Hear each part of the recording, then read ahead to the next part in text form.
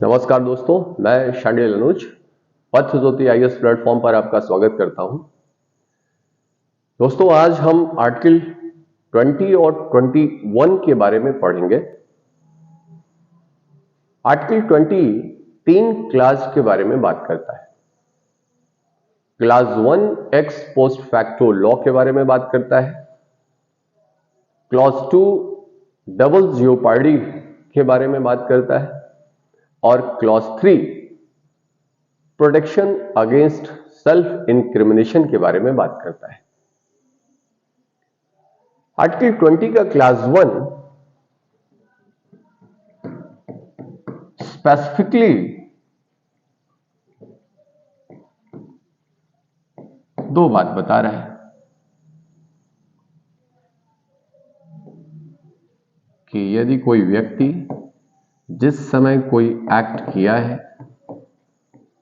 उस समय यदि वह कार्य उसका ऑफेंस नहीं है तो वह उसके लिए लायबल नहीं होगा, और जिस समय इसने कोई एक्ट किया है और वो एक्ट किसी टाइम बीइंग इनफोर्स लॉ में यदि वो ऑफेंस है और उस ऑफेंस में यदि कोई पेनल्टी इम्पोज की गई है तो उससे ग्रेटर पेनल्टी या पनिशमेंट से वो लायबल नहीं होगा। दो बातें, यानी this person has committed an act which is not an offence at the time of commission an offence, तो वो उसके लिए लायबल नहीं होगा। और जिस समय उसने कार्य किया है और वह कार्य उसका अपराध है जो किसी टाइम बीइंग इनफोर्स लॉ को वो वायलेट करता है, तो उस लॉ के अंतर्गत यदि कोई पेनल्टी उस पर इंपोज की गई है तो वह उसी पेनल्टी या पनिशमेंट के लिए लायबल होगा। उससे अधिक के पेनल्टी उस पर इंपोज नहीं किया जा सकता है। सिंपल सी बात है, यानी ये रेस्ट्रिक्ट करता है लॉ मेकिंग पावर को।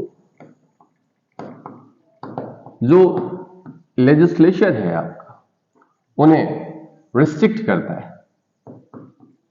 किस बात के लिए रिस्ट्रिक्ट करता है? कि इनके द्वारा जो लॉ है वो रेट्रोस्पेक्टिवली लागू न किया जाए। रेट्रोस्पेक्टिवली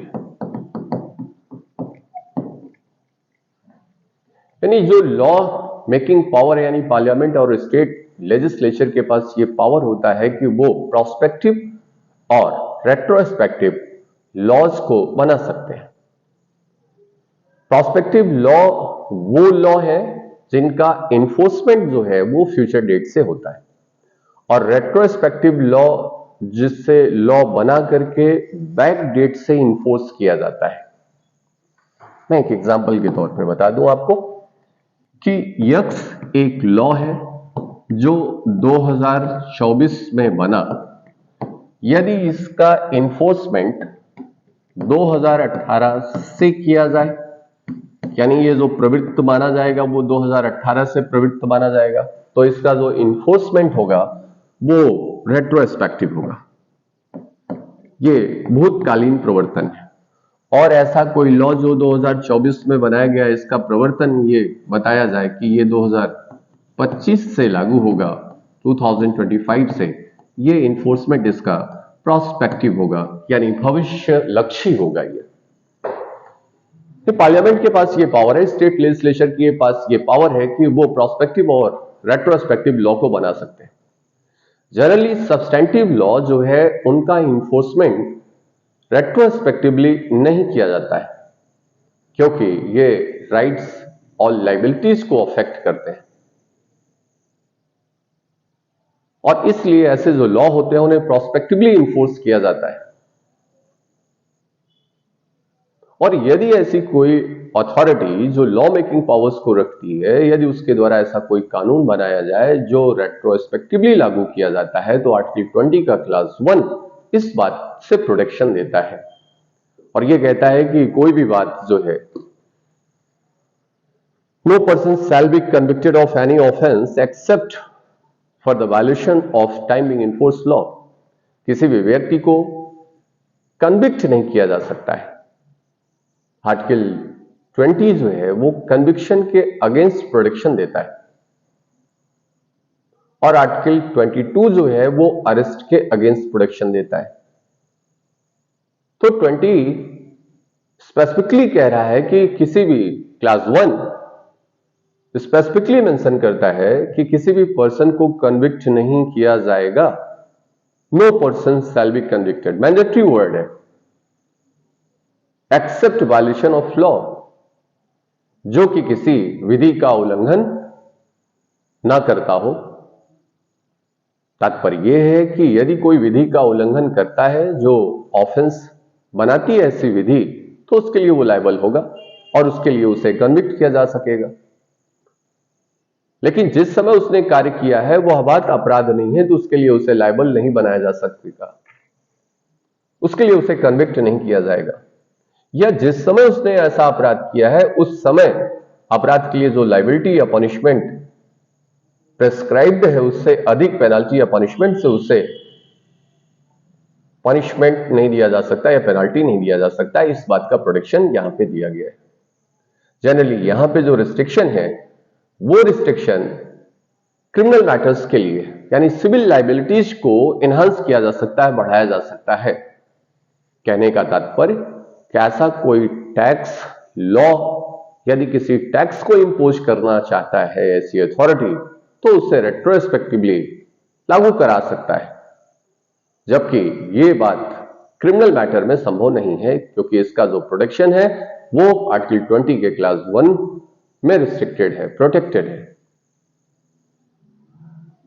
तो 2-3 बातें इसी एग्जांपल से आप समझें। ए ने 2012 में यदि कोई कार्य किया है, ये एक्ट उस समय जो है ऑफेंस नहीं है, और 2013 में इसी एक्ट को ऑफेंस बना दिया गया है, तो ए उसके लिए लायबल नहीं होगा, क्योंकि जिस समय उसने उस अपराध को किया था वह बात ऑफेंस नहीं थी। जो कार्य उसने किया था वह बात उस समय अपराध नहीं थी। बाद में वह कार्य अपराध घोषित कर दिया गया या किसी विधि के द्वारा बनाया गया है, तो 20 का क्लास 1 इस बात को प्रोटेक्शन देता है कि at the time of commission of an offense, if the act is not an offense, the person could not be liable and shall not be convicted, नहीं किया जा सकेगा। और दूसरी बात कि ए ने 2012 में यदि कोई ऑफेंस किया है और उस ऑफेंस के लिए जो पनिशमेंट है वो सपोज कि वो 3 इयर्स का है, और फिर 2013 में इसी ऑफेंस का पनिशमेंट 5 इयर्स कर दिया, तो यह व्यक्ति जिसने 2012 में वो कार्य किया और उसके लिए पनिशमेंट 3 साल था और 1 साल बाद इसे बढ़ा करके 5 साल कर दिया गया, तो ये बढ़े हुए दंड से लायबल नहीं होगा, अर्थात उसी ऑफेंस के लिए लायबल होगा, उसी पनिशमेंट के लिए जिस समय वो अपराध किया था, अर्थात वो 3 साल के लिए ही लायबल होगा। ये दोनों बातें क्लियर हो गई हैं आपकी। और तीसरी बात कि यहां पे बेनिफिशियल कंस्ट्रक्शन किया जाता है। बेनिफिशियल कंस्ट्रक्शन आपका जो क्रिमिनल जूरिस्प्रूडेंस है, जो क्रिमिनल जस्टिस सिस्टम है, ये एक्यूज्ड को फेवर करता है। यानी बढ़ा हुआ दंड तो नहीं मिलेगा, लेकिन यदि लॉ ने यदि अथॉरिटी ने या गवर्नमेंट ने या पार्लियामेंट ने उस लॉ के पनिशमेंट या लायबिलिटीज को रिड्यूस कर दिया है, तो उस घटे हुए दंड से वो लायबल होगा, यानी उसे कम पनिशमेंट दिया जाएगा because of the beneficial constructions. कहने का तात्पर्य फिर से एग्जांपल से समझे। ए ने 2012 में यदि कोई अपराध किया है और वो ऑफेंस के लिए जो पनिशमेंट है वो 5 ईयर का है, और सब्सिक्वेंटली स्टेट ने 2013 में अमेंडमेंट किया और उस ऑफेंस का जो पनिशमेंट है वो 3 इयर्स कर दिया, तो अब ये 3 साल से ही दायी होगा because of the beneficial construction. तो सिंपल सी बातें मैंने आपसे बताई कि जिस समय आप अपराध कर रहे हैं और वह बात, जिस समय आपने कार्य किया वह बात अपराध नहीं है, तो उसके लिए आपकी कोई लायबिलिटी नहीं होगी और आपको कन्विक्ट नहीं किया जा सकेगा। जिस समय आपने कार्य किया और वह कार्य किसी विधि के अंतर्गत अपराध घोषित किया गया है, तो जो पनिशमेंट प्रेस्क्राइब्ड है, जो पेनाल्टी प्रेस्क्राइब्ड है, उसी पनिशमेंट के लिए आप लायबल होंगे। उससे बढ़े हुए पनिशमेंट से आपको दायी नहीं बनाया जा सकता है, रिस्पॉन्सिबल और लायबल नहीं बनाया जा सकता है। और तीसरी कंडीशन कि जिस समय आपने कोई ऑफेंस किया है उसके लिए कोई पनिशमेंट प्रेस्क्राइब्ड है, लेकिन फ्यूचर में उस पनिशमेंट को स्टेट के द्वारा या पार्लियामेंट के द्वारा रिड्यूस कर दिया जाता है, तो वह व्यक्ति उस रिड्यूस पनिशमेंट के लिए लायबल होगा। यानी बढ़ा हुआ पनिशमेंट नहीं मिलेगा आपको। यदि फ्यूचर में अमेंडमेंट करके यदि पनिशमेंट को बढ़ा दिया गया तो बढ़े हुए के लिए आप लायबल नहीं होंगे, लेकिन यदि पनिशमेंट को रिड्यूस कर दिया है तो उस रिड्यूस पनिशमेंट के लिए आप दायी होंगे। आपको जो सर्व करना होगा वो कम अपराध के लिए जो रिड्यूस्ड ऑफेंस का पनिशमेंट है उसी के लिए आप दायी होंगे। ये आपका आर्टिकल 20 का क्लास 1 स्पष्ट करता है। मैंने आपसे कहा कि जो टैक्स लॉज हैं ये सिविल पेनल्टी इंपोज करते हैं आपके, और टैक्स लॉज को रेट्रोस्पेक्टिवली लागू किया जा सकता है, यानी भूतकाल से लागू किया जा सकता है। यानी 2024 में लॉ के द्वारा किसी चीज पर टैक्स इंपोज किया जाए और ये कह दिया जाए कि 2018 से टैक्स पे करना होगा इस मद में, तो ऐसी स्थिति में ये बात जो है वो आर्टिकल 20 के क्लास 1 में प्रोटेक्टेड नहीं है। ऐसा इंपोज किया जा सकता है, लेकिन क्रिमिनल लायबिलिटी नहीं इंपोज की जा सकती। और इसके पीछे की फिलॉसफी क्या है जरा देखिए कि किसी भी ऑफेंस को होने के लिए जहां पे आपकी क्रिमिनल लायबिलिटी होती है वो दो चीजों की जरूरत होती है। एक तो मेंस रिया की जरूरत होती है, ये लीगल टर्म है, मैं आपको समझाता हूं इसको। और दूसरा जो है वो एक्टस रियस की जरूरत होती है। एक्टस रियस इट मींस किसी भी ऑफेंस के लिए दो कार्डिनल एलिमेंट्स हैं, that is the mens rea यमार plus actus reus A R. Offence is equal to यमार प्लस ए आर। यानी किसी भी ऑफेंस को कॉन्स्टिट्यूट करने के लिए ये दोनों एलिमेंट्स होने जरूरी है, एक्टस नॉन फैसेट रियम निसी मेंस रिया। और जिस समय आपने कार्य किया था उस समय आपके पास कोई गिल्टी माइंड नहीं था उस ऑफेंस को करने के लिए, क्योंकि वह बात अपराध नहीं थी। तो इसके लिए आपकी जो है लायबिलिटी भी नहीं होगी, ऑफेंस भी नहीं होगा। यानी आपने 2012 में ऐसा कोई कार्य कर दिया है, एक्टस रियस तो कर दिया आपने, लेकिन आपके पास कोई गिल्टी माइंड नहीं था क्योंकि वह बात अपराध नहीं थी, गिल्टी माइंड नहीं थी वहां पर, और गिल्टी माइंड नहीं था उस कार्य को करने के लिए, तो उसके लिए आपकी लायबिलिटी भी नहीं होगी। और इसके पीछे का पर्पस यही है। यानी हरे पेड़ को काटना जो है वो अपराध नहीं है आज की डेट में, सपोज, और आपने हरे पेड़ को काट दिया तो आपने कोई लॉ का वायलेशन नहीं किया यहां पे, क्योंकि लॉ ने हरे पेड़ को काटने से मना नहीं किया है आज की डेट में। मैं सिर्फ एक एग्जांपल बता रहा हूं, यद्यपि हरा पेड़ काटना जो है वो प्रोहिबिटेड है, मैं सिर्फ एग्जांपल बता रहा हूं कि आज की डेट में आपने ग्रीन ट्रीज को काटा और जिसके लिए कोई लॉ नहीं है, सपोज लॉ नहीं है, तो उसके लिए आपकी कोई लायबिलिटी भी नहीं होगी। लेकिन 5 साल के बाद ऐसा लॉ बना दिया गया कि जो भी ग्रीन ट्री काटेंगे उनके लिए ये पनिशमेंट होगा। तो यदि इसे रेट्रोस्पेक्टिवली लागू किया जाएगा तो it is just create the chaos in society. कब तक? इसके पहले जितने भी लोग हरे पेड़ काटे हैं फिर वो लायबल हो जाएंगे। लेकिन जिस समय वो हरे पेड़ काटे थे उन्हें ये पता था कि ऐसा बात जो है वो अपराध नहीं है, इसलिए उन्होंने काटा था। तो ऐसा व्यक्ति जो बिना दूषित मन के उस पेड़ को पहले काट लिया है, उसे लायबल बनाना ये जो है क्रिमिनल जूरिस्प्रूडेंस के अगेंस्ट है, क्योंकि उसके पास कोई गिल्टी माइंड नहीं था। अगेन हम आते हैं क्लॉज 2 पे। क्लॉज 2 जो है वो डबल जियोपार्डी के बारे में बात करता है। डबल जियोपार्डी का कॉन्सेप्ट है, इसे प्रांग न्याय का सिद्धांत बोला जाता है। कहता है कि किसी भी पर्सन को एक ही ऑफेंस के लिए एक बार से अधिक प्रोसिक्यूट एंड पनिश नहीं किया जाएगा। No person shall be prosecuted and punished for the same offense more than once. Word जो यूज हुआ है वहां पे पर्सन वर्ड यूज हुआ है। No person shall be prosecute, यानी ये इंडिपेंडेंट क्लॉज नहीं है। प्रोसिक्यूट एंड पनिश,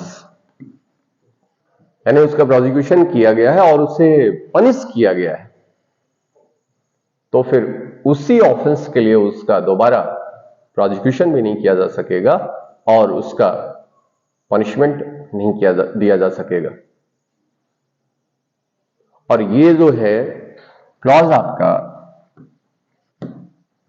एक लैटिन मैगजीन पर बेस्ड करता है, नेमो डेविड विस वेक्सारी। नेमो डेविड विस वेक्सारी प्रो उना एडम कॉजा।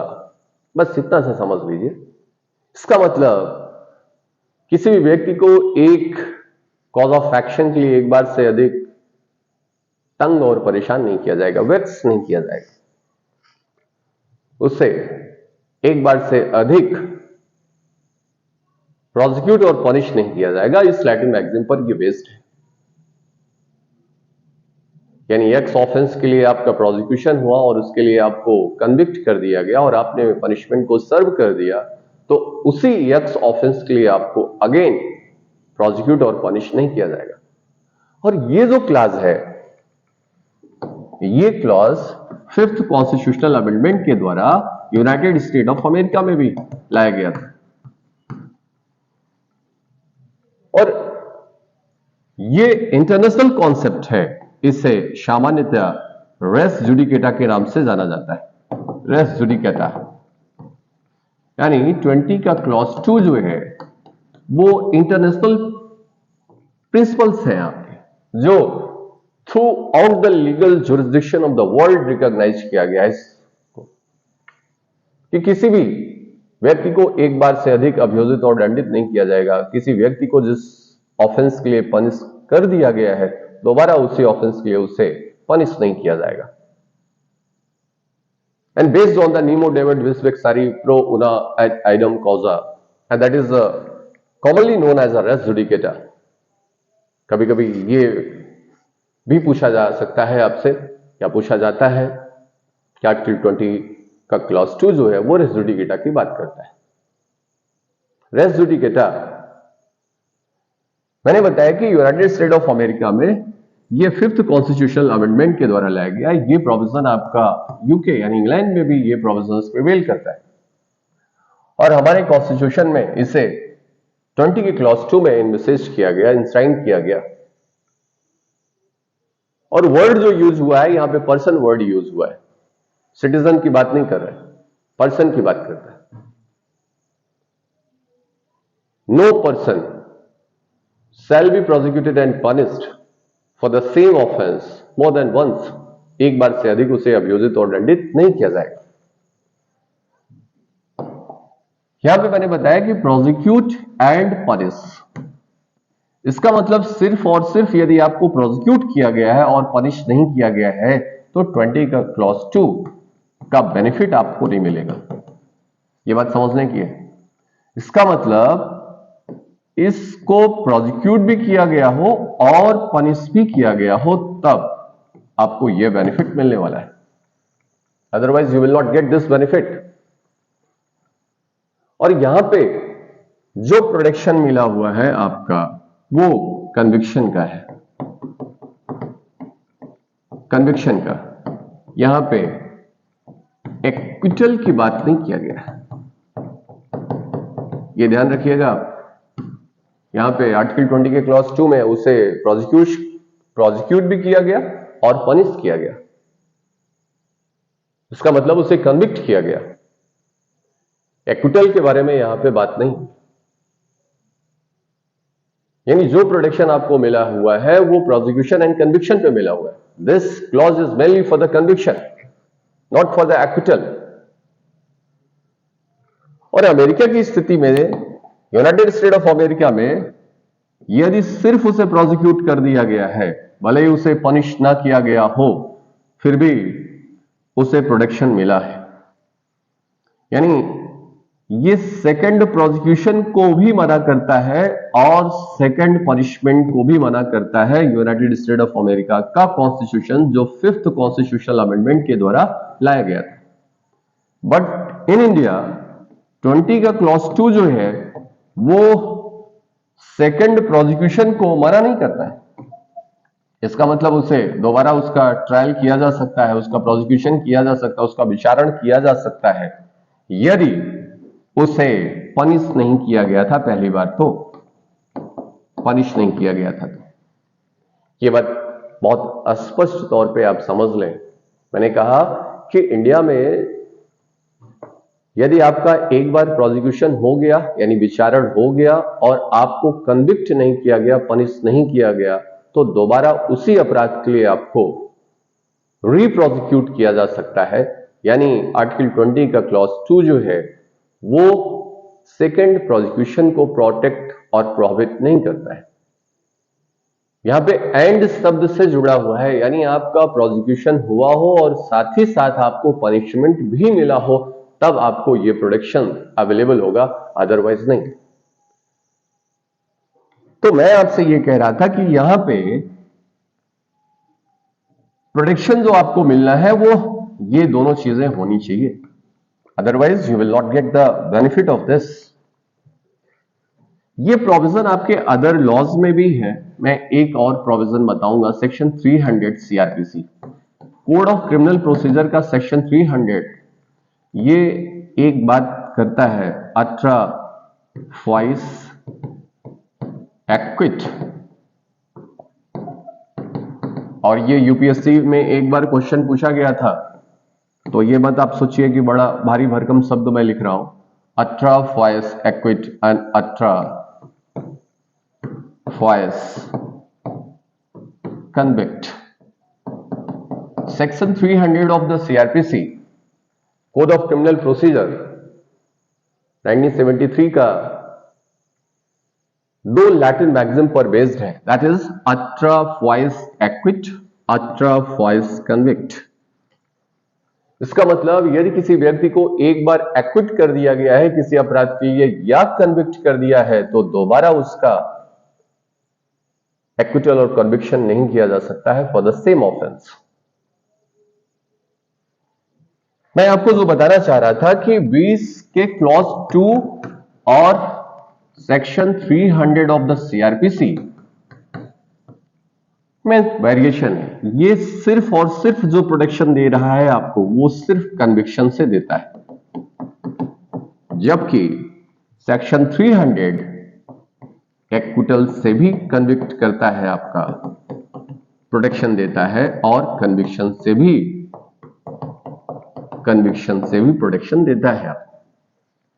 इसका मतलब कि यदि एक व्यक्ति जिसका प्रोसिक्यूशन हुआ है और किसी कॉम्पिटेंट कोर्ट के द्वारा उसे एक्विट कर दिया है, तो फिर से उसका दोबारा प्रोसिक्यूशन उस ऑफेंस के लिए नहीं किया जा सकता है और ना ही उसे कन्विक्ट किया जा सकता है। यानी once acquittal is acquittal for the offence, once conviction is a conviction. तो एक बार उसका कन्विक्शन हो गया और एक बार उसका एक्विटल हो गया किसी कॉम्पिटेंट कोर्ट के द्वारा, तो दोनों में यहां पे प्रोटेक्शन मिला हुआ है सेक्शन 300 के अंतर्गत। जबकि कॉन्स्टिट्यूशन में सिर्फ कन्विक्शन पर प्रोटेक्शन मिला हुआ है, एक्विटल पर प्रोटेक्शन नहीं मिला हुआ है। तो ये बात आप ध्यान रखिएगा, यूपीएससी में ये क्वेश्चन आया था, अट्राफाइस एक्विट एंड अट्राफाइस कन्विक्ट, यानी कुछ लॉ के भी क्वेश्चंस आपसे पूछ लिए जाते हैं यूपीएससी में, तो इसे याद रखिएगा।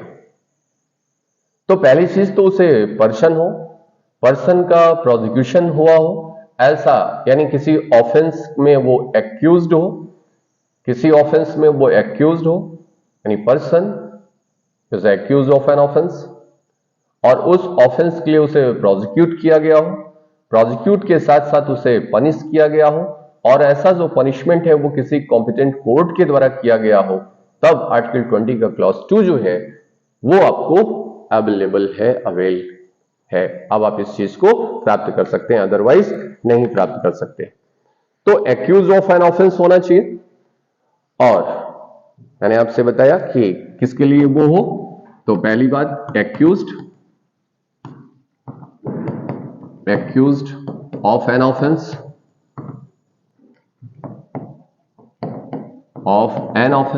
पहली चीज, और इसको प्रोसिक्यूट एंड पनिश किया गया हो, और ऐसा प्रोसिक्यूशन और पनिशमेंट जो है वो कॉम्पिटेंट कोर्ट के द्वारा किया गया। तो बेनिफिट्स आपका 20 का क्लास 2 है कि अगेन उसे अब उसी ऑफेंस के लिए प्रोसिक्यूट और पनिश नहीं किया जा सकता है। This is all about article 20 clause 2, that is the double jeopardy. ये डबल जियोपार्डी यानी आपको दोबारा से परेशान और तंग नहीं किया जा सकता है, ये आपका क्लास 2 कहता है। क्लॉज 3 जो है वो protection against the self incrimination की बात करता है। क्लॉज 3 20 का क्लॉज 3 जो है वो प्रोटेक्शन दे रहा है आपको, protection against self incrimination, against self incrimination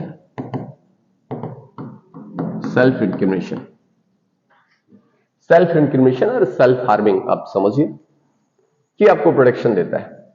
और यहां पे वर्ड जो यूज हुआ है, no person accused of any offence, no person accused of any offence shall be compelled to be a witness against himself.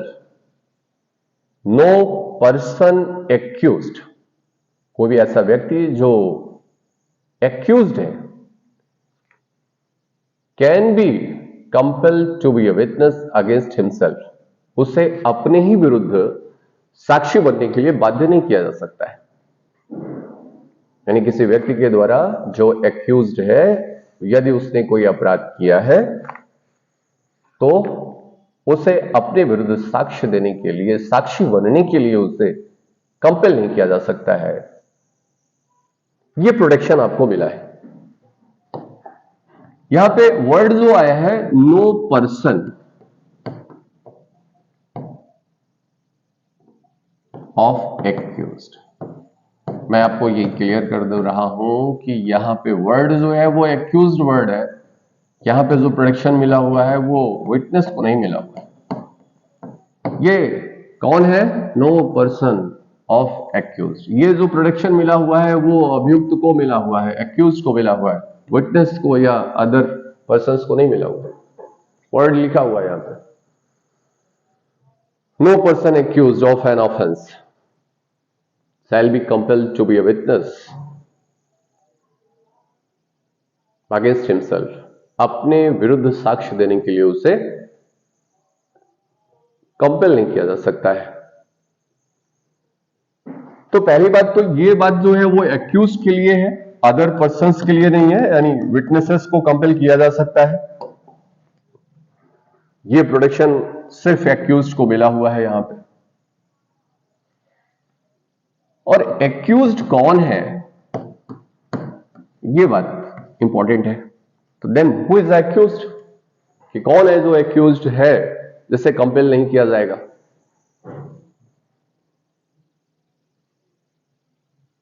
तो ऑनरेबल सुप्रीम कोर्ट ने ये बताया कि कोई भी ऐसा व्यक्ति जिसके खिलाफ फॉर्मली एक्विजिशन हो चुका है, जिसके खिलाफ जो है वो एफआईआर लॉन्च हो चुकी है और इन्वेस्टिगेशन इनिशिएट हो चुका है, जो किसी कॉम्पिटेंट कोर्ट के सामने जिसका प्रोसिक्यूशन इनिशिएट हो चुका है, and he would be considered as a accused, यानी जिसके खिलाफ कोई कॉम्पिटेंट कोर्ट के द्वारा प्रोसिक्यूशन इनिशिएट हो गया है या जिसके खिलाफ एफआईआर मिलने पर पुलिस ऑफिसर ने अपना इन्वेस्टिगेशन को इनिशिएट कर दिया है या जिसके खिलाफ समन या वारंट इशू हो चुका है, वो एक्यूज्ड पर्सन होगा। ऑनरेबल सुप्रीम कोर्ट ने इसे स्पष्ट किया। तो जनरली ऑफेंस यदि हुआ है तो लॉ को मोशन में लाने के लिए दो ही तरीके हैं, तीन है मेनली। पहला जो है वो by the information, to bring the accuse before the court, to bring the motion in law by the way of information, by the way of complaint, यानी कंप्लेंट के थ्रू। और तीसरा जो तरीका है वो सुओ मोटू कॉग्निजेंस, यानी कोर्ट स्वतः संज्ञान ले ले। ये ऑफेंस कमिट हुआ, इसकी सूचना यदि ये कॉग्निजेबल ऑफेंस के बारे में है तो पुलिस को दी जाएगी, नॉन कॉग्निजेबल ऑफेंस के बारे में है तो पुलिस ऑफिसर को दिया जा रहा है। तो यहाँ पे कॉग्निजेबल ऑफेंस के बारे में है तो एफआईआर माना जाता है, और नॉन कॉग्निजेबल ऑफेंस के बारे में है तो ये एनसीआर लॉन्च करता है। ये बात जो है वो मजिस्ट्रेट के सामने की जाती है। यानी ऑफेंस कमिट हुआ, ऑफेंस कमिट होने के बाद इंफॉर्मेशन जो है वो पुलिस ऑफिसर के पास पहुंचती है, और पुलिस ऑफिसर ऐसे इंफॉर्मेशन को लॉन्च करेगा either in the form of FIR और एनसीआर, या मजिस्ट्रेट के सामने यदि कंप्लेंट किया गया है तो कंप्लेंट के तौर पे जाएगी, या मैजिस्ट्रेट या कोर्ट के द्वारा उस पर सुओ मोटो कॉग्निजेंस लिया गया है।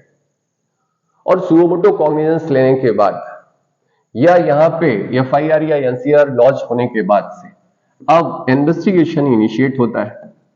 इन्वेस्टिगेशन तो ऑनरेबल सुप्रीम कोर्ट ने यह कहा कि जब इन्वेस्टिगेशन इनिशिएट हो गया या कंप्लेंट लेने के बाद, कंप्लेंट पर कॉग्निजेंस लेने के बाद समन या वारंट उसे इशू कर दिया गया है, या उसका प्रोसिक्यूशन या ट्रायल इनिशिएट कर दिया गया है किसी व्यक्ति के खिलाफ, तो यह माना जाएगा कि ऐसा जो व्यक्ति है वो एक्यूज्ड है। एक्यूज्ड यानी इन्वेस्टिगेशन इनिशिएट हो जाए या समन या वारंट उसके अगेंस्ट जो है वो इश्यू कर दिया गया है, या उसका प्रोसिक्यूशन इनिशिएट कर दिया गया है formally by the court, then he would be considered as accused. और वर्ड जो यूज हुआ है यहां पे, no person accused of any offence shall be compelled to be a witness, इसका तात्पर्य यह है कि अब जो व्यक्ति एक्यूज्ड हो गया है उसे कंपेल्ड नहीं किया जाएगा, कंपेल्ड नहीं किया जाएगा किसके लिए? टू बी अ विटनेस, उसे अपने ही विरुद्ध साक्षी बनने के लिए, अपने ही विरुद्ध साक्ष्य देने के लिए उसे कंपेल्ड नहीं किया जाएगा। तो अभी मैंने आपको बताया कि ये जो प्रोटेक्शन मिला हुआ है एक्यूज्ड को मिला हुआ है, और एक्यूज्ड कौन है? जिनके खिलाफ इन्वेस्टिगेशन इनिशिएट हो गया है, समन या वारंट इशू हो चुका है, या फॉर्मली उनका प्रोसिक्यूशन इनिशिएट हो गया है, वो एक्यूज्ड पर्सन है। अब ऐसे व्यक्ति को, ऐसे एक्यूज्ड को कंपेल्ड नहीं किया जाएगा, यानी उनके ऊपर कोई फोर्स, कोई थ्रेट, कोई प्रॉमिस, कोई इंटिमिडेशंस, ये सारी चीजें नहीं कर सकते हो टू और for taking the any testimony which is against the such person. ऐसे व्यक्ति के खिलाफ जो साक्ष्य बन जाए, जो उसे किसी अपराध में फंसाए। क्योंकि इसके पीछे का जो लॉजिक है कि every accused is presumed to be innocent, इसे इनोसेंट माना जाता है unless prove guilty, unless prove guilty contrary to the presumption. यानी कोई भी अभियुक्त जो होता है वो निर्दोषी माना जाता है जब तक कि उसे दोषित न कर दिया जाए।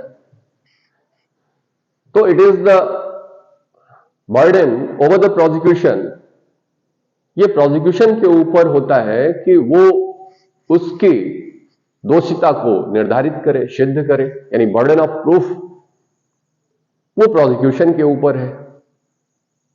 तो ऐसे एक्यूज पर्सन को आप कंपेल नहीं कर सकते हो कि वो अपने बारे में साक्ष्य दे अपने अपराध के बारे में। It is your responsibility as a prosecution, ये आपकी रिस्पॉन्सिबिलिटी है कि आप उसे प्रूफ करें विदाउट और बियॉन्ड द रीजनेबल डाउट, युक्त संदेह के परे आपको साबित करना है। तो ऐसी स्थिति में आप उस अभियुक्त व्यक्ति को बाध्य नहीं कर सकते हैं। ये बेसिक प्रिंसिपल्स है और उसी बेसिक प्रिंसिपल्स को इनकॉर्पोरेट किया गया हमारे आर्टिकल 20 के क्लॉज 3 के अंतर्गत। तो यहां पे क्वेश्चन आपके दिमाग में आ रहा होगा कि फिर भाई डीएनए टेस्ट कैसे हो जाता है, ब्लड सैंपल कैसे ले लिया जाता है, या कोई भी मेडिकल एग्जामिनेशन कैसे करा लिया जाता है। तो ऑनरेबल सुप्रीम कोर्ट ने यह स्पष्ट किया कि to be a witness, to be a witness and to furnish the evidence,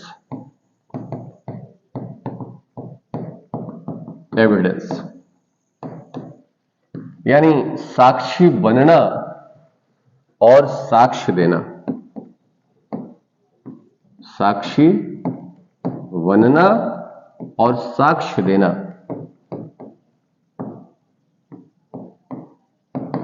इन दोनों में अंतर है। M P Sharma versus Satish चंद्र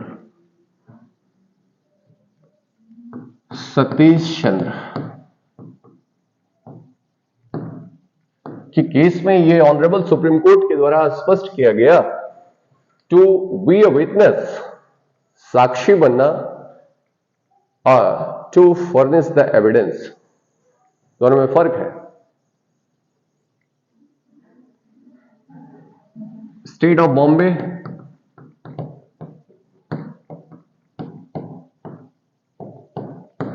वर्सेस काठी Kalu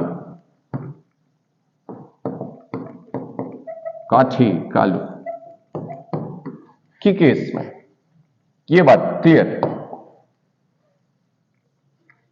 state of Bombay versus काठी कालू के केस में यह स्पष्ट किया गया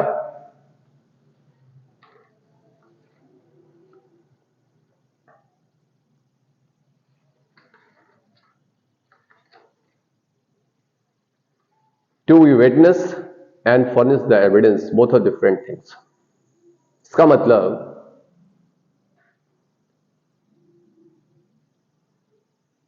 किसी व्यक्ति को साक्ष्य देने के लिए कहना उसे साक्षी बनाने के तौर पर नहीं। यानी यदि कोई भी अभियुक्त व्यक्ति जो है, यदि उसके द्वारा यदि कोई टेस्टिमनी दी जाती है विदाउट द एनी कंपल्सन, बिना किसी पर्सनल नॉलेज के इंफॉर्मेशंस को डिस्क्लोज किए हुए यदि किसी मैकेनिकल प्रोसेस के थ्रू यदि कोई एविडेंस प्राप्त किया जाता है, तो यह नहीं कहा जाएगा कि उसे कंपेल किया जा रहा है टू बी अ विटनेस। थोड़ा सा अंतर समझ लीजिए। यानी यदि आपके पर्सनल नॉलेज में यदि कोई बात है और उसको बताने के लिए मैं आपको कंपेल करूं अभियुक्त व्यक्ति के तौर पर, आपके पर्सनल नॉलेज में यदि कोई बात है और उसे बताने के लिए मैं आपको बाध्य करता हूं, तो ये 20(3) से प्रोटेक्टेड होगा, यानी ये कंपेल किया जा रहा है टू बी ए विटनेस। लेकिन without disclosing any personal knowledge what ever in your mind, बिना अपने व्यक्तिगत ज्ञान को डिस्क्लोज किए हुए यदि किसी मैकेनिकल प्रोसेस के थ्रू आपके द्वारा यदि कोई चीज या किसी बात की जानकारी मुझे प्राप्त होती है, तो it is a mere furnish the evidence, not to be a witness. यानी मैंने आपके एक नील क्लिप को लिया या आपका ब्लड सैंपल लिया, without disclosing a single words, without giving the any information which is based on your personal knowledge, कि बिना आपके व्यक्तिगत ज्ञान के ये सारी चीजें प्राप्त हो रही हैं और किसी मैकेनिकल प्रोसेस के थ्रू यदि मुझे कोई एविडेंस प्राप्त होता है, तो इसे साक्ष्य देना माना जाएगा, ना कि साक्षी बनाना माना जाएगा। And the wide interpretations by this court, honourable Supreme court के द्वारा एक पर्पसिव इंटरप्रिटेशंस को लागू किया गया। कहने का तात्पर्य यह है कि बिना आपके बोले हुए, बिना आपके कुछ कहे हुए यदि मैं आपसे कोई चीज प्राप्त कर लेता हूं साक्ष्य के तौर पर, तो उसे सिर्फ साक्ष्य देना कहा जाएगा। यदि मैं आपके व्यक्तिगत ज्ञान की बातों को निकालने के लिए मैं आपको कंपेल करता हूं, आपसे बात करता हूं, तो यह माना जाएगा कि साक्षी बनाना है और इसका प्रोटेक्शन आपको 20 दिन में मिलेगा। लेकिन यदि कोई थंब इंप्रेशन देने के लिए या फिंगर इंप्रेशन देने के लिए या फूट इंप्रेशन देने के लिए या ब्लड सैंपल लेने के लिए या डीएनए टेस्ट के लिए या स्पर्म टेस्ट के लिए यदि आपसे लिया गया, तो आपने व्यक्तिगत ज्ञान के तौर पर यहां कुछ नहीं बताया। बाय द मैकेनिकल प्रोसेस यदि कोई साक्ष्य को प्राप्त कर रहा है कोई एजेंसी, तो यह साक्षी बनना नहीं कहा जाएगा, यह साक्ष्य देना कहा जाएगा। तो इसी इंटरप्रिटेशन के आधार पर आपके DNA test, blood sample test, sputum test, आपके नेल क्लिप्स या हेयर, कोई भी चीज यूज किया जा सकता है by this interpretation of the honourable Supreme Court. तो साक्ष्य देना और साक्षी बनने में फर्क है। मैं आपसे बता रहा हूं कि डीएनए का जो टेस्ट है, it is not a validity of article 20 clause 3। जो सीमेंट टेस्ट हो रहा है, ब्लड सैंपल का टेस्ट किया जा रहा है, फिंगर इंप्रेशन या राइटिंग्स या थंब इंप्रेशन जो लिया जा रहा है, it is not against the validity of the article 20 clause 3, because it mere furnish the evidence, not to be a witness. ये सिर्फ और सिर्फ आपके जो है, यानी मैं आपको बेसिक चीज जो बता रहा हूं, बेसिक चीज इतना है कि यदि किसी व्यक्ति को बाध्य किया जा रहा है और वो अपने व्यक्तिगत ज्ञान से कुछ बताता है, तो ये माना जाएगा टू बी ए विटनेस। लेकिन यदि किसी व्यक्ति को उसके जो पर्सनल नॉलेज में है, उसके बिना पर्सनल नॉलेज को डिस्क्लोज किए बिना यदि किसी मैकेनिकल प्रोसेस के थ्रू यदि कोई एविडेंस प्राप्त हो रहा है, that is a mere furnish the evidence. ये सिर्फ और सिर्फ क्या होगा, ये फर्निश एविडेंस होगा। यहां पे यदि आपको कंपेल किया जा रहा है किसी चीज को बताने के लिए, तो यहां पे आपको 20(3) का प्रोटेक्शन मिला हुआ है। यहां पे आपको कंपेल किया जा सकता है और यहां पे 20(3) का प्रोटेक्शन आपको नहीं मिला हुआ है। तो मैंने आपको 20 के क्लॉज 3 में कुछ बेसिक चीजें बताई। पहली चीज तो ये जो प्रोटेक्शन मिला हुआ है वो एक्यूज को मिला हुआ है। This protection is only for the accuse person. And who is the accuse person? मैंने आपको अभी एक केस लिख करके बताया, एमपी शर्मा वर्सेस सतीश चंद्रा की केस में बताया गया। सतीश चंद्र की केस में स्पष्ट किया गया था कि वो व्यक्ति जिनके खिलाफ एफआईआर या एनसीआर लॉन्च हो चुका है या इन्वेस्टिगेशन इनिशिएट हो चुका है, और वो व्यक्ति जिनके खिलाफ समन या वारंट इश्यूज हो चुके हैं या उनका फॉर्मल प्रोसिक्यूशन स्टार्ट हो गया, इनिशिएट हो गया है, तो उसे एक्यूज माना जाएगा। और ऐसे एक्यूज पर्सन को अब कंपेल्ड नहीं किया जाएगा टू बी अ विटनेस, यानी उनके पर्सनल नॉलेज में जो है, जो उस अपराध के संबंध में है, उन्हें बताने के लिए बाध्य नहीं किया जाएगा। कोई क्वेश्चन, कोई थ्रेट्स, कोई प्रॉमिस, कोई इंड्यूसमेंट, ये सारी चीजें वायलेटिव हो जाएंगी। ये प्रोटेक्ट है आपका 20(3) के अंतर्गत। लेकिन बिना आपके व्यक्तिगत ज्ञान के यदि किसी मैकेनिकल प्रोसेस के थ्रू यदि कोई साक्ष्य प्राप्त किया जाता है, यहां पे आपको कंपेल नहीं किया गया है, तो ऐसी स्थिति में ये आर्टिकल 20 क्लॉज 3 का वायलेशन नहीं माना जाएगा। It is not against the violation. और या तो आपने यदि उसे कंसेंट से दे दिया है तो it is a mere furnish the evidence not to be a witness. तो दोनों का अंतर जो है वो इंटरप्रिटेशन के द्वारा ऑनरेबल सुप्रीम कोर्ट के द्वारा पब्लिक इंटरेस्ट में इस तरीके का इंटरप्रिटेशन किया जाता है, पर्पसिव इंटरप्रिटेशन होता है, और इस स्कोप को वाइडन किया। चूंकि मैंने आपको बताया कि यहां पे एक्यूज पर्सन को बेनिफिट मिला हुआ है, उसे कंपेल नहीं किया जा सकता है। तो मैं आपको एक बात बताऊं कि क्रिमिनल प्रोसीडिंग में जो है 3 स्टेप्स मेनली होते हैं। एक तो इन्वेस्टिगेशन का होता है, थोड़ा सा मैं आपको समझा दूं। एक इन्वेस्टिगेशन का, दूसरा जो प्रोसीजर है आपका वो इंक्वायरी का, और तीसरा जो स्टेप होता है वो आपका ट्रायल होता है। यानी investigation is a process which is conducted by the police officer or any other officer, police officer or any other authority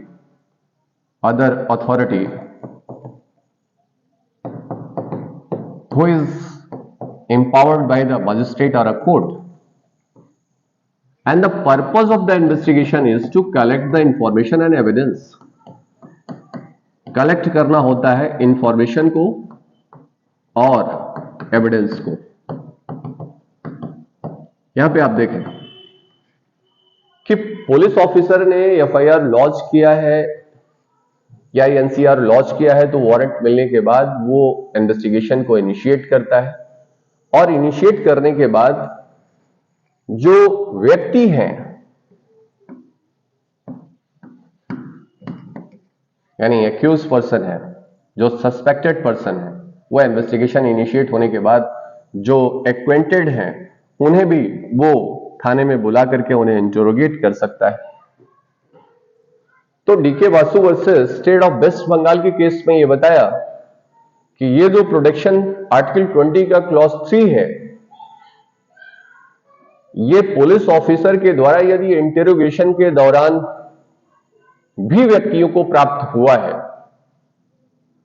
यानी पुलिस ऑफिसर या इन्वेस्टिगेटिंग ऑफिसर या other authority who is empowered और authorised bye the court और magistrate, जो कि ऐसा interrogation कर रहे हैं, तो ऐसा व्यक्ति जो ऐसे इंटरोगेशन को फेस कर रहा है उसे भी आर्टिकल 20 क्लॉज 3 का बेनिफिट मिला है। इट मींस इन्वेस्टिगेटिंग अथॉरिटी और police officer can not compel the any person who is interrogated by the such police officer, उसे कंपेल नहीं किया जा सकता है। तो डीके बसु के केस में उन लोगों के बारे में भी यह बात बताएगी। Again Nandini Satpathy versus PL दानी के केस में, नंदनी सतपथी वर्सेस पीएल दानी के केस में यह क्लियर किया गया कि यहां पे जो कंपल्सन वर्ड है, कंपल्सन वर्ड का और कंपेल करने का मतलब सिर्फ फिजिकल कंपल्सन नहीं है, कंपेल नहीं है। यदि उसे साइकोलॉजिकली यदि कंपेल किया जा रहा है, इस तरीके के एटमॉस्फेयर को बनाया जा रहा है, या उसका टॉर्चर किया जा रहा है, या कोई इनह्यूमन बिहेवियर्स किया जा रहा है, it also comes and protected under the article 20 clause 3। इसका मतलब कि यदि आप साइकोलॉजिकली यदि अफेक्ट करके यदि किसी इंफॉर्मेशन को आप प्राप्त करना चाहते हो, it is protected under the clause 3 of the article 20। और इसीलिए नंदनी सतपथी वर्सेस पीएल दानी के केस में यह बात बताया गया कि आप उसे कंपेल नहीं कर सकते हैं। फिजिकल कंपल्सन ही नहीं, यानी साइकोलॉजिकल और साइकिक और टॉर्चर और मेंटल कंपल्शंस भी इंक्लूड करता है। अगेन सेल्वी की केस में यह स्पष्ट किया गया कि narco analysis test can not be possible. BEAP और narco analysis test, Selvi versus state of Karnataka के केस में यह बता दिया गया कि it is not possible, it is protected under the article 20 clause 3। यानी आप जो है लाई डिटेक्टर्स या बीप टेस्ट या narco analysis test can not be conducted without the consent of the accused. ये उसकी कंसेंट के बिना आज भी नहीं किया जा सकता है। ऑनरेबल सुप्रीम कोर्ट ने यह स्पष्ट किया, क्योंकि यहां पे ऑनरेबल सुप्रीम कोर्ट के द्वारा माना गया कि ऐसी स्थिति में केमिकल्स को इंजेक्ट करके शरीर में वो आपसे क्वेश्चन किया जा रहा है और उस क्वेश्चंस का आंसर किया जा रहा है। It means it disclose the informations, और यहां पे उसकी कंसेंट के बिना यदि ऐसा कार्य किया जा रहा है तो 20(3) का उल्लंघन होगा। तो इन जनरल, इन शॉर्ट, मैंने आर्टिकल 20 के क्लॉज 3 के बारे में आपसे बात किया। और भी कभी केस लॉज के बारे में बात करेंगे, इसके कुछ बेसिक कॉन्सेप्ट। इन जनरल सामान्यतः 3 बातें मैंने आपको बताया। पहला एक्स पोस्ट फैक्टो लॉ के बारे में बात करता है। क्लॉज 2 जो है वो डबल जियोपार्डी के बारे में बात करता है, और क्लॉज 3 जो है वो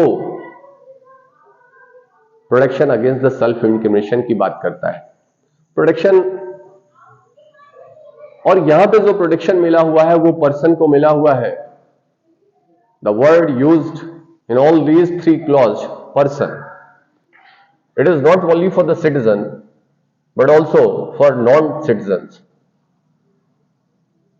और दूसरी चीज कि ये जो प्रोटेक्शन मिला हुआ है वो कन्विक्शन के अगेंस्ट प्रोटेक्शन मिला हुआ है। जनरली मैंने आपसे कहा था कि जब आप क्रिमिनल प्रोसीडिंग देखते हैं तो यहां पे ट्रायल के बाद या तो उसे कन्विक्ट किया जाता है या तो उसे एक्विट किया जाता है। यानी क्रिमिनल प्रोसीडिंग में कन्विक्शन बाद में होता है, जबकि इसका जो प्रोटेक्शन है वो कॉन्स्टिट्यूशन में वो पहले है, 20 में है। और यहां जो इन्वेस्टिगेशन है और इसी के दौरान ही अरेस्ट किया जाता है, तो अरेस्ट पहले आता है, तो कॉन्स्टिट्यूशन में इसके बारे में प्रोविजन जो है वो 22 में दिया है। यानी जो क्रिमिनल प्रोसीडिंग में बाद में है वो कॉन्स्टिट्यूशन में पहले है, यानी आर्टिकल 20 में है, और जो अरेस्ट पहले है क्रिमिनल प्रोसीडिंग में उसका जो प्रोटेक्शन है वो 22 में है। तो नेवर बी कंफ्यूज्ड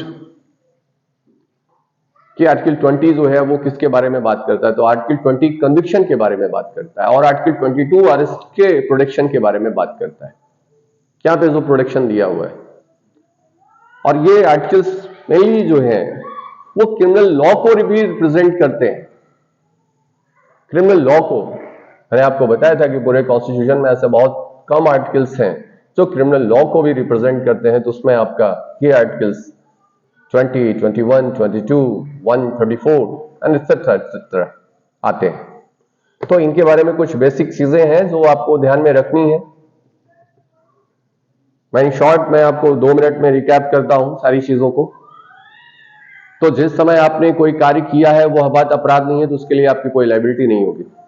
जिस समय आपने कोई अपराध किया है और उसके लिए जो पनिशमेंट है आप उसी के लिए लायबल होंगे, भले ही बाद में उसे बढ़ा करके उसके लायबिलिटी और पनिशमेंट को बढ़ा दिया जाए।